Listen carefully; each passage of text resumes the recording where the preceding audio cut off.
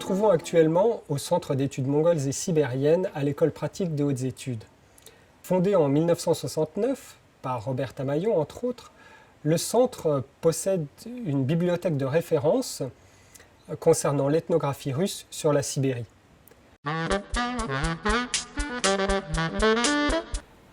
Je travaille depuis l'année 2005 auprès des Altaïens, un ensemble de groupes ethniques turcophones de Sibérie méridionale. Ils résident dans la République de l'Altaï, une région montagneuse de la Fédération de Russie, frontalière du Kazakhstan, de la Chine et de la Mongolie. Depuis la fin de la période soviétique, le renouveau religieux est particulièrement dynamique dans l'Altaï. Face à la résurgence de l'orthodoxie au niveau fédéral, l'intelligentsia autochtone réagit en miroir des Russes et veut trouver une religion commune qui servirait de point d'appui à la consolidation de l'identité altaïenne.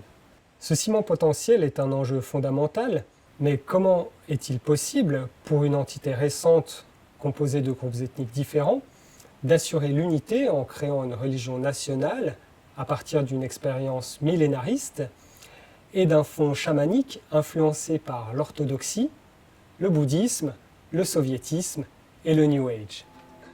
Les Altaïens considèrent que la connaissance des pratiques rituelles est le fondement d'une relation au territoire autochtone et par là de l'ethnicité. Ainsi, ils sont nombreux à se dire païens et renouent avec des pratiques considérées comme traditionnelles, telles que le chamanisme et le burkhanisme, un millénarisme messianique né dans la région au début du XXe siècle. D'autres se tournent vers une pléiade de courants religieux internationaux, tels que le bouddhisme, les christianismes évangéliques et orthodoxes, et les mouvements New Age. Les différents courants religieux sont donc inscrits dans une dynamique concurrentielle et ils sont susceptibles d'être instrumentalisés à des fins politiques. Dans ma thèse, j'ai mis en évidence que cette concurrence prend notamment corps dans l'appréhension singulière du territoire que chaque courant véhicule.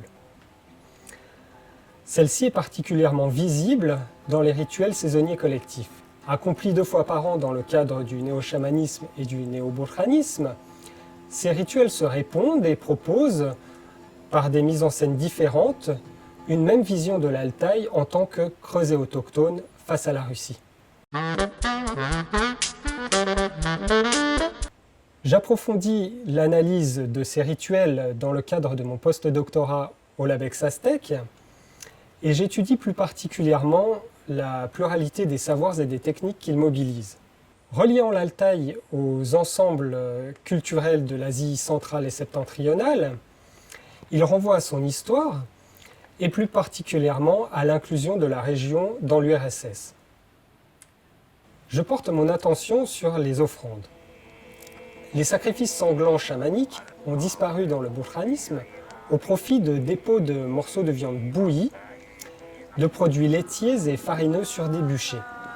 Si ce type d'offrande inscrit l'Altaï dans le continuum culturel de l'Asie bouddhique, il est intéressant de constater l'apparition de figurines sculptées dans du fromage qui renvoient aussi aux pratiques des chasseurs sibériens. Je me penche également sur l'écriture en tant que technique. Certaines adeptes néo-burkhanistes affirment en effet recevoir des messages d'entités spirituelles qu'elles notent puis diffusent sur Internet. Les femmes jouent donc un rôle religieux essentiel, aussi bien dans la construction de la croyance que dans sa propagation. En mettant en perspective cet usage novateur de l'écrit, j'interroge la division sexuelle des tâches dans l'Altaï contemporain, tout comme la transmission du savoir croyant et les avancées sociales dues à la période soviétique.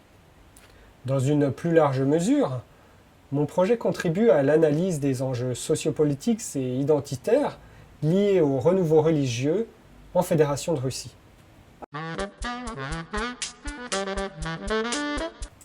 Je m'appuie pour mes recherches sur 3 années d'enquête à vivre quotidiennement auprès des Altaïens. L'observation participante et des entretiens semi-directifs m'ont permis de recueillir des informations. C'est aussi ici, au Centre d'études mongoles et sibériennes, que je trouve les sources qui me permettent de donner une dimension comparative à ma recherche, dimension comparative qui fait l'essence de la discipline anthropologique. Enfin, la grande richesse de l'intégration au sein du LabEx Aztec tient notamment dans la possibilité de confronter mes points de vue avec les chercheurs d'autres disciplines qui travaillent également sur le rituel.